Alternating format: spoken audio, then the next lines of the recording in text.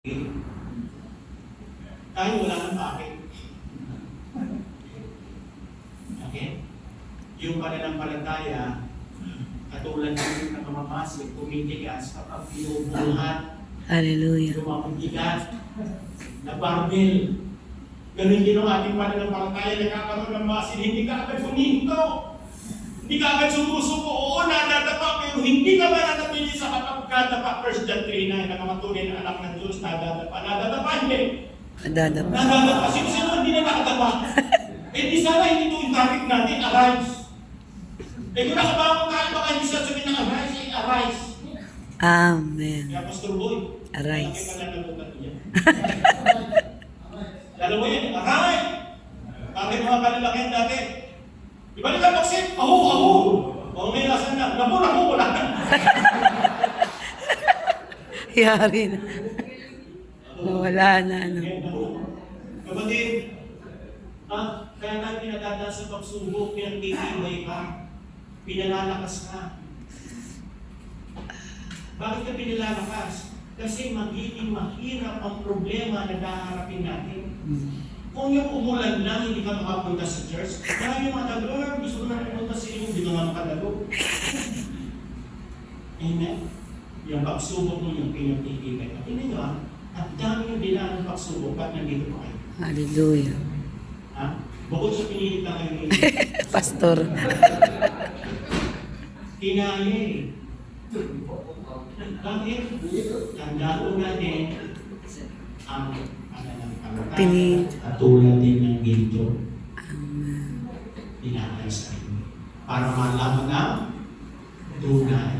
Baliw. So kayo mga nandito, mga tunay kayo umalan ng patay. Parang natin ng Diyos!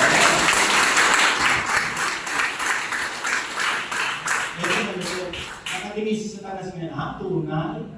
Kapungin nyo, nakita natin kung tunay yun. Nandiyan si kumpare, nakikipag-iinuman pa rin. Takay na, tunay! Nandiyan yung naniningin, nanguha. Brad, tunay! Nandiyan yung nakaaway mo. Sumugat ang pagkatao mo. Naginabas ka lagi. Tunay! Tunay, magpunta tayo sa barangay. Kapatid, andyan ka ngayon, nag-ibay ka ngayon. Kasi bakit? Hindi ka sumuko. Hindi ka huminto. Ang malungkot, marami nang huminto, marami nang sumuko. Eh, ito hindi naman eh. Bakit ayaw mo puntahan sila? Amen? Ganun sa siya na pagiging Kristyano, uupo lang. Alam niyo, nakakalimutin ha? Ang sabi ni George Barna, alam niyo, ito yung naalala ko ito, umiyak ko. Sabi ni George Barna, pag ang kabataan, ang unang nakakilala, 17% ang posibilidad na madala ang pamilya sa loob ng iglesia. Pag ang nanay ang unang nakakilala, 26% ang posibilidad na madala ang buong pamilya. Pero kapag ang tatay ang unang nakakilala, ilang porsyento? 93%. Kaya ayaw ni Satanas, nagigising tayo. Ayaw ni Satanas, mabangon tayo. Kasi bakit? 93%. Threat ka. Threat tayo sa kaharian ng Panginoon. Sa kaharian ng tawad. Malaki ng banta kay Satanas. Kasi alam niya kapag nakakilala ka, bumangon ka. Yung posibilidad na madala mo yung pamilya mo, 93%. Kaya kung meron sinasabi sa Satanas, dumalo ka sa church, pero matulog ka. Kasi pagod ka eh. Kapag nasabihin niya, di ba ni born again ka? Pero ka na umabot ng iba. Okay ka na. Di ba ni born again ka? Kasi wala akong magagawa. Kasi ang kaligtasan dito eh. Pero kung kayo magpapagamit, walang problema kay Satanas kung na-born again kayo. Ang problema lang kay Satanas kung nagpagamit kayo. Amen. Kaya nga, ang babalikan ng Diyos, hindi mga tatay na nakaupo. Hindi Hallelujah. mga tatay na nakatayo lang pagdating ng linggo. Kundi mga tatay na nag-iinit sa kabila ng may problema, hindi humihinto, hindi sumusuko Amen. sapagkat merong Diyos Amen. na naghahanda pa. Hallelujah. Kami na namin sa mundo. Jesus. Amen. Amen. Kung hindi ka ako sa Diyos, hindi ka ako sa Diyos.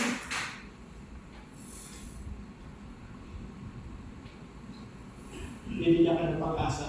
Alam mo yung nagtsatsaga, tapos pinagtitibay ang kanyang pagkatao. Naniniwala sa Lord kahit may problema. Kahit may problema. Tatagumpay. Hindi nawawala ng pag-asa ang mga taong nagtitiwala sa Diyos. Amen. Pero kapag huminto ka at hindi na bago buhay mo, mawawala ka ng pag-asa. Kapatid, dito ko gusto tapusin. Basahin nga natin ito. Basahin natin. Only Basahin natin God. malakas. Only God can turn this into a message. Amen. Test into a testimony. Ibig sabihin, trial into a trial. Into a triumph. A victim into a victory. Amen. It's your choice. Amen. Are you in a mess? Make it a message. Natamo ka na sa talas, nagpakatalo ka pa. Kawa. Yung mga pangit na nakaraan mo sa araw na hindi kwento tungkol kay Kristo. Amen.